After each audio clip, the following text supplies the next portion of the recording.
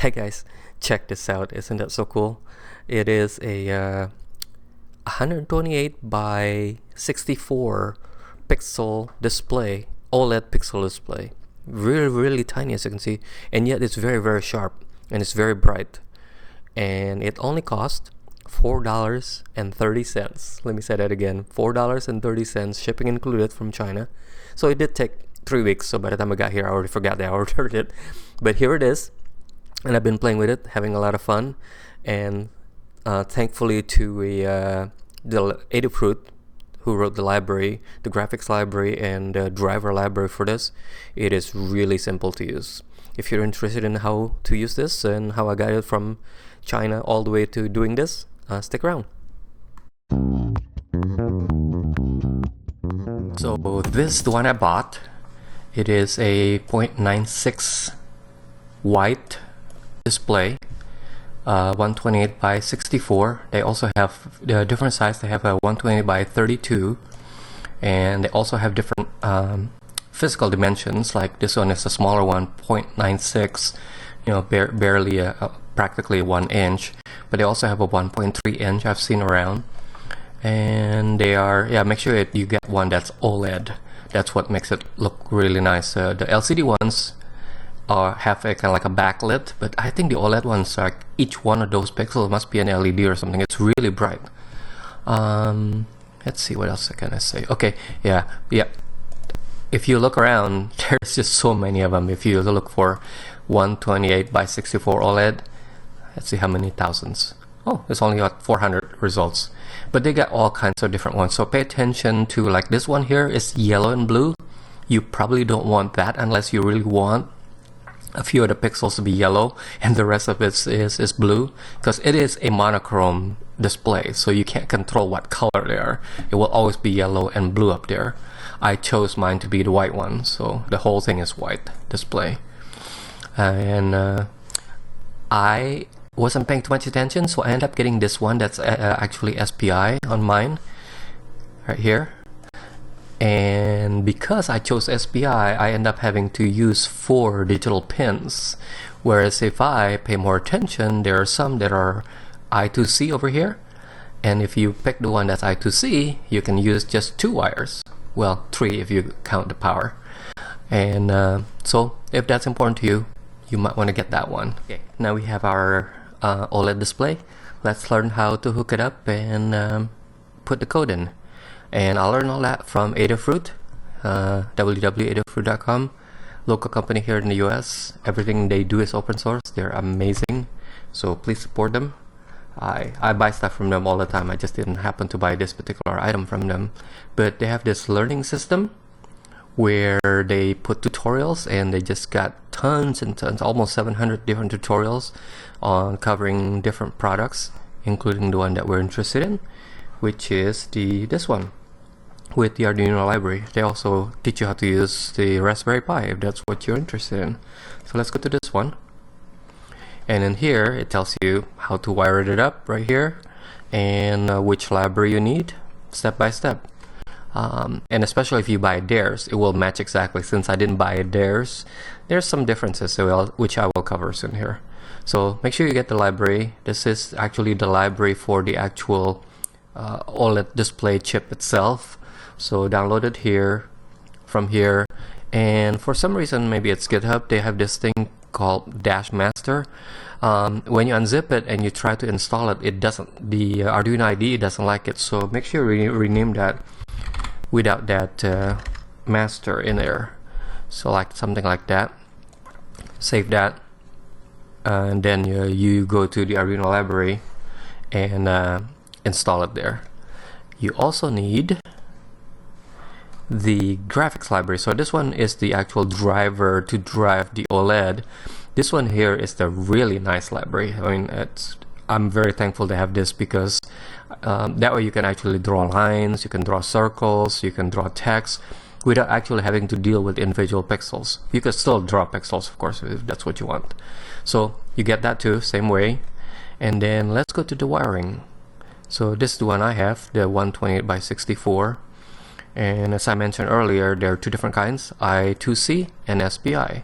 So if you have the I2C, and by the way, theirs will support both the same device, so you can use the same device for either with I2C or SPI, depending on your application. And you can mix and match, have multiple of them and stuff like that. So this is what you would do if you have the I2C, just two wires. Right here, the data goes to pin 2 or 20, depending on what kind of Arduino you have. So just follow that. And for mine, since I bought mine from China, the labels doesn't quite match.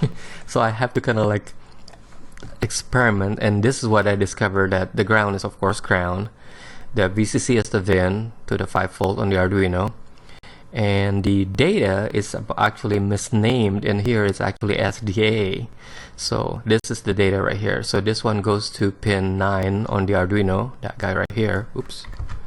And then the clock is again misnamed as SCL. So this is the clock, CLK. This goes to pin 10. And then DC matches, so that goes to pin 11. And RST matches, goes to pin 13. And I ran out of pins, so I don't have the CS.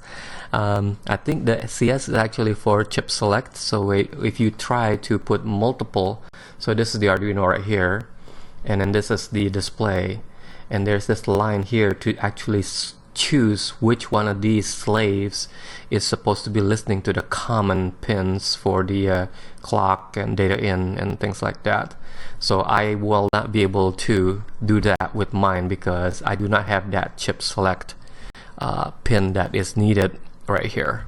So on mine, I do not have anything connected to pin 12, but it works. We got the stuff wired and we got some libraries, but as you can see, we still don't have it installed here despite the number of total. I got tons of libraries here. There's nothing else about the AdaFruit SSD 1306 that we downloaded, so let's get that in there. We go to the import library, say we want to add a new library from our download folder, so we'll get that one. And nothing seems to happen, but if you check over here, we now have the AdaFruit SSD 1306 master, and the one I want is the SPI for mine, and the 128 by 64 pixel, and it just opens it in my other screen. So this is the guy, all this code that we don't have to write because AdaFruit have written it for us, thankfully. Thanks AdaFruit. And we still don't have everything, so if we try to compile this, we still have not installed that one, so it's very mad at us right now. So let's get them happy by installing the other library right there. And now that should I'm actually have so much confidence, I'm actually going to click this. So it's gonna compile it and it's going to upload it. Pretty big library, a lot of lines of code that we don't have to write.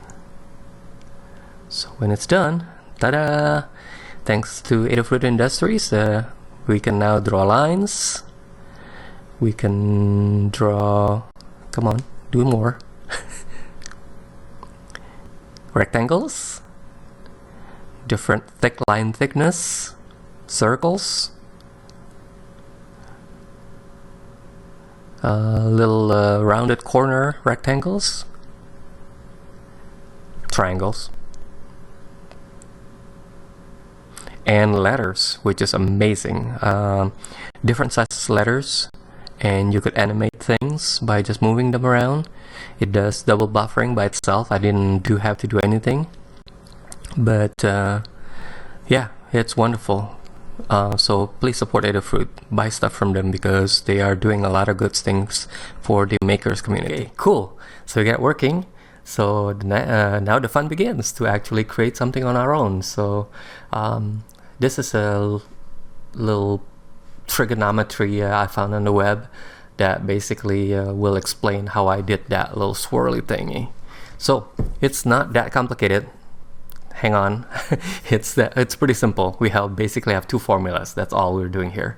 And what we're trying to do is basically what the program does is it compute some points on the circle, and then it connected all the possible lines within those nodes. And I always write this program whenever I find a graphics device that, you know, a new PC or a new language. So this is kind of like my fun little test app. So the basic thing is that now we basically need to figure out where to draw those lines and where's the actual nodes on that circle. And it's basic trigonometry. As you can see here, a sine is the opposite side, whatever the opposite side, divided by the hypotenuse, which is this diagonal thing here, and then that's the sine of that angle right here. And that same formula I wrote over here in my little scribble, and I changed the opposite side with y, which is how high we need to draw that dot over there, and then divided by the hypotenuse, which is this line here, which is actually the radius of our circle. So this little formula is exactly that right here. And once we got that, it's pretty simple to just move this to the other side. So sine A times R is equal to y. And tada, we now have how to compute the y of that little point right there, and for any angle. So, you know, what I'm going to do is basically I'm going to start the angle at 0, and then I change the angle to like 45, 90, and so on and so forth, and then compute the y. To compute the x, it's exactly the same thing, except it's cosine, which is adjacent over hypotenuse. That's adjacent over this, and our adjacent just happens to be our x. And using the same technique, we can now compute the x. So to compute the y, we take the radius times the sine of the angle, and to compute the x, we take the cosine of the angle times the radius. So let's turn that into code.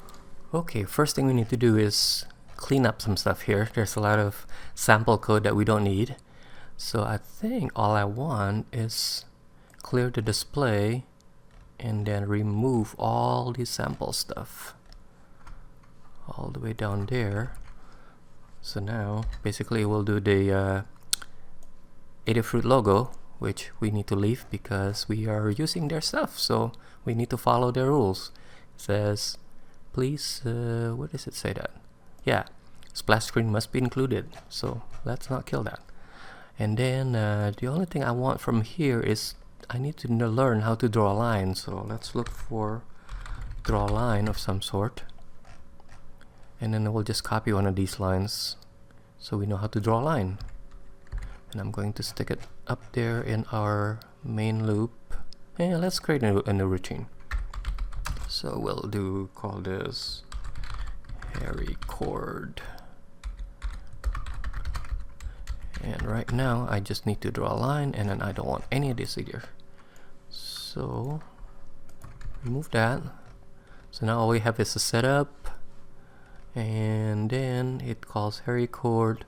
Let's draw an actual line in here. So from 0, 0 to, let's say, well, actually let's find the center of the thing, which is the whole width of the thing is 128. So divided by 2 is 64 across, and then the vertical is 64, so half that is 32. And then we'll just draw that. Let's go to the 0, 0 corner. So we'll just say 0, 0, and let it be white. And then we'll call our routine right here. Oops.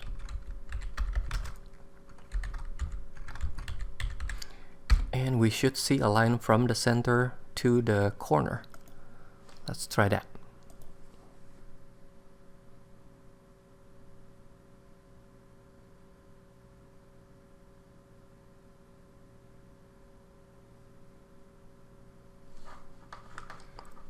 Okay, the fruit's still there. We could probably remove the delay. Oh, it didn't work because I didn't tell it to display. So the next thing we need to do is to do the display.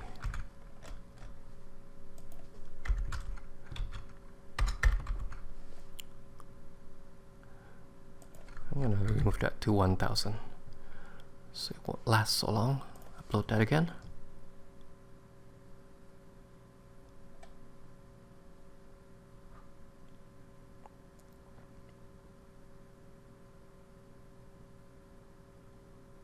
And there it is. So it draws a line from the center to the origin 0, 0.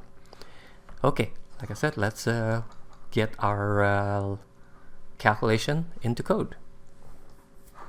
Okay, we're gonna need some x, which is, according to our formula, is cosine times r. Cosine times r. I think the Arduino is pretty amazing. This is a microcontroller, tiny little thing, and it actually knows sines and cosines. Okay, so that's the x, and we do the same thing with the y, except it is sine instead of cosine. And the next thing I want to do is actually I'm going to offset this, because right now all this calculation with trig is assuming that the 0, 0 is going to be in this origin, and traditionally in math, you know, the origin is like halfway here, but as you can see from our test, 0, 0 is actually all the way out here. So we want to offset everything by half of the screen that way and half of the screen this way, and the screen is 128 by 64, so half of this is 64 and half of that is 32, and we need to do that kind of offset. So 64 across because it is wider than taller, and 32 down. And so this is actually the center of the screen right here, 64 by 32. And whatever calculation we come up with, we're going to add that to that.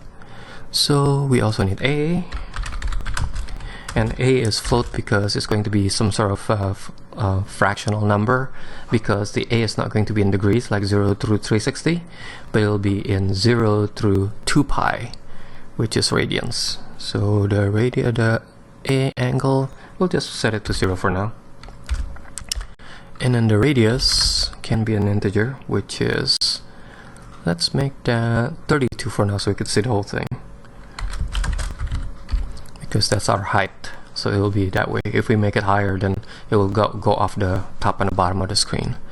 So let's say, so that should draw a line from, oops, we need to actually change this to actually print the x and the y. So it's going to go from the center of the screen right here, 64 by 32, and whatever value we come up with from our calculation, in which when it's 0, this will be from here to here, and the y is 0, is going to be exactly right down there. So yeah, the y will be 0 and the x will be 32. So let's see that work.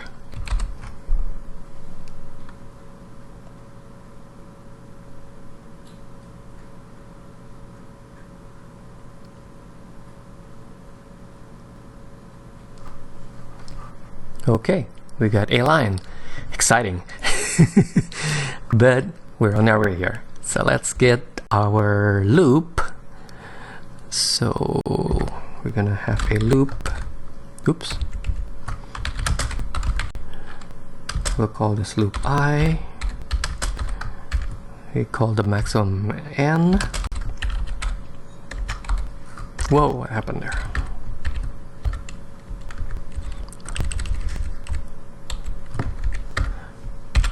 Okay, so we got that, and we need to define n now. I'm going to define n as a small number so we could see it actually connect the dot. And then we want the radius, that's fine. Let's move the radius out because the radius doesn't change, but the angle will change. So we want the angle to go from 0, a fourth, half, 3/4, and back to 0. So that's going to be a function of the I times the max, and like I said, the max is 2 times pi, and look at that, it even knows pi. It's pretty cool. And divided by n. So when a is equal to when I is equal to 0, this whole thing will be 0, flat right there. And when I is equal to 1, as this loop goes through, this will be 1 over 4 times that, which is 1/4 of that, which is here, and then it will be 1/2 of that, and so on and so forth. So by the time we're done with this, we should see a kind of like a 4-pointed little thing. So let's try that.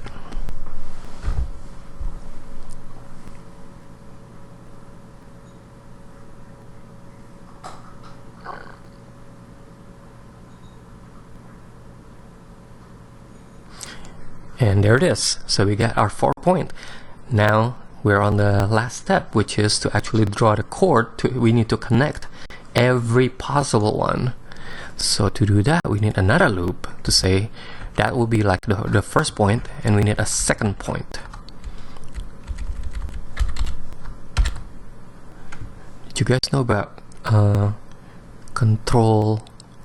What is that? Control slash, I think? No, it's not. Control slash is this. On the Visual Studio, it's Control KD. I think it's T in here. How to format. Look at that. So now it indents for us automatically. So now we want to change this to J. And then we don't need to connect. So when it's I is equal to 0, we want to connect to the next point from 0, which is 1. So it's like 1 further than I. And then for the last one, we don't need to connect the last one to the last one, so I'm going to subtract 1 from here. So the gist of this is basically when it's 0, it's over here at 0, and it's going to connect to I plus 1, 0 plus 1, it'll be to 1. So it'll go from here to here. Let me draw that with a red. Okay, from here to here, and then it will go from here to here, and then it will go from here to here. So that's the first loop.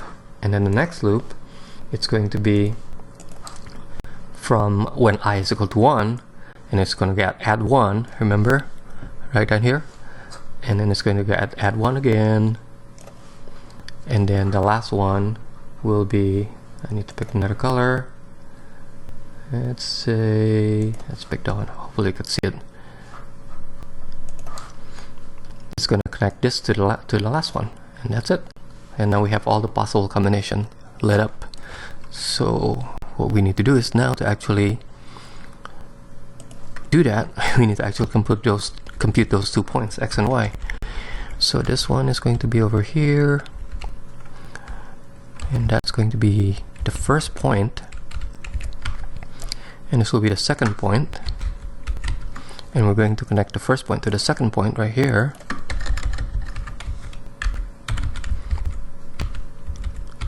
And now we need to actually compute the actual points, which is based on J on this one. Let's do that formatting again. So the first time through is going to compute this I equals to 0, and I'll compute the from, and it will compute the next point after 0, which is 1, and it will base that angle calculation based on that angle. So the I will be based on this one, the J will be based on that one, and so on and so forth. I think that should do it. Let's try that. And that should connect basically all the 4 points. Probably should have made that more than 4, so it'll be more obvious, but I like keeping it simple so you could actually see it draw. There it goes. So the next thing we need to do is to animate it. So to do that, we're gonna need some sort of loop in here. Instead of calling it once, I'm going to call it multiple times. And even though there's already a loop here, I'm going to create another loop because we're going to have it such it get bigger and smaller. So we need both kinds of both directions. So I'm going to call this we'll call them frame.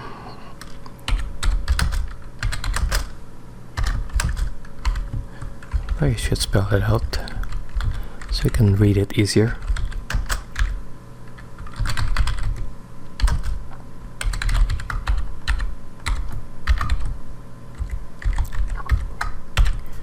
Okay, so we also need to pass that in, and now we have it in here. Okay, so that should do it a couple times, but we need to actually take a look at this so it will actually do something different every time it goes through. Oh, we need to also say how many frames we want. We'll just make that again, very small, so we could see it, do it really fast maybe. So we're gonna make it 5 frames. Let's just make it the whole height, so we'll go the full height of that thing. Okay, so it goes in here, and the radius is going to be, come to think of it, I think I had it really high, so it'll actually go off the screen now that we know the circle works. So we're gonna go off the screen, and in here we're actually going to have to compute it. So when it is, everything is going to be however many frames divided by however many n frames. I wonder if they should make that a global so we could use it.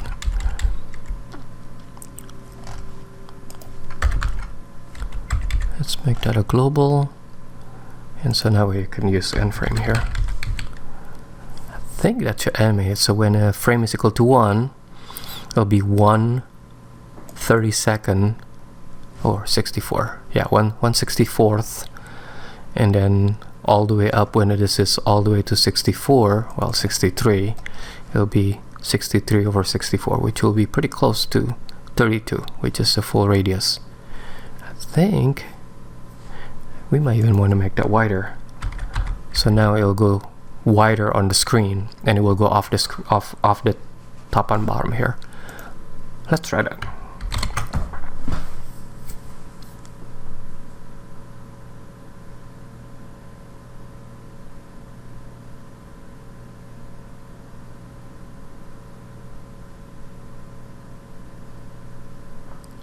Pretty cool, but it is pretty slow. Oh, and it doesn't erase. That's gonna suck. So let's make sure it erases, which is every time we draw this, we want to erase first. Display, I think it's called clear display. So we're gonna clear the display every time, and I also noticed that it's actually doing the display on every line. We don't need to do that. We only need to display it when we're done drawing all the lines, and we display it. That should work a lot better.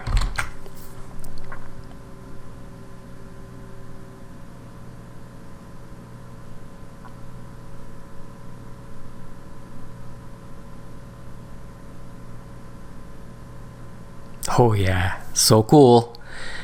Next is we need to rotate it.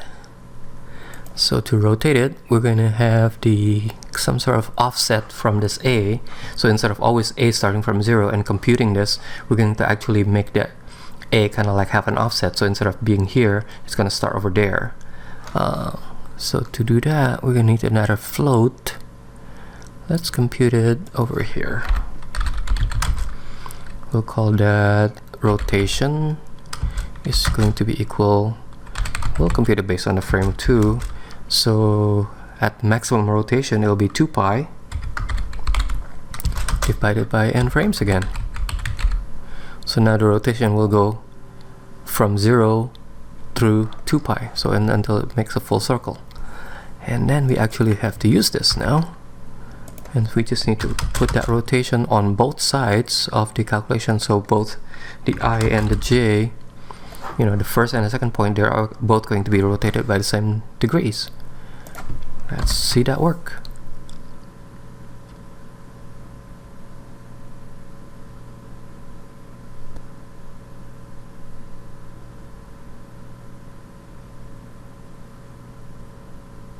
Oh, look at that.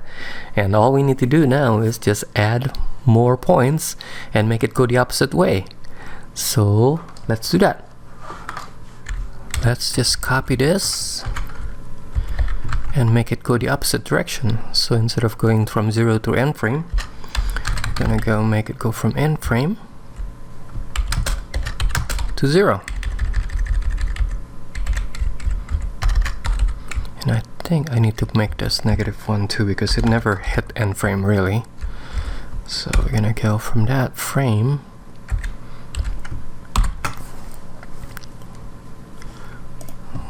what did I do? Oops, killed an S.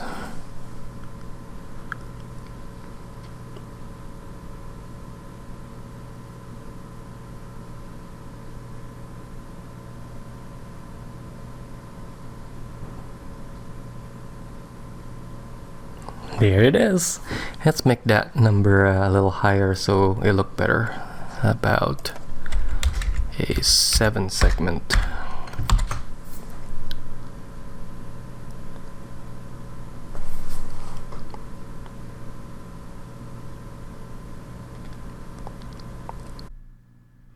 And ta-da, there it is. That was a lot of fun. I hope you guys enjoyed it too, and maybe learned a thing or two about Arduino programming and SPI and I2C and maybe some trigonometry. So now go make your own stuff. The thing is only $4.30, and you guys probably already have an Arduino. Hook it up and be creative. See what kind of patterns you come up with. Maybe do some graphing of some stuff. Whatever. I mean, it's a blank canvas. So if there's some stuff that I not make clear and you got some questions, feel free to leave them in the comments and I'll try to answer them. And I think that's it. Give thumbs up if you like it. Subscribe if you want to see more of this stuff. And I'll talk to you guys later. Bye-bye.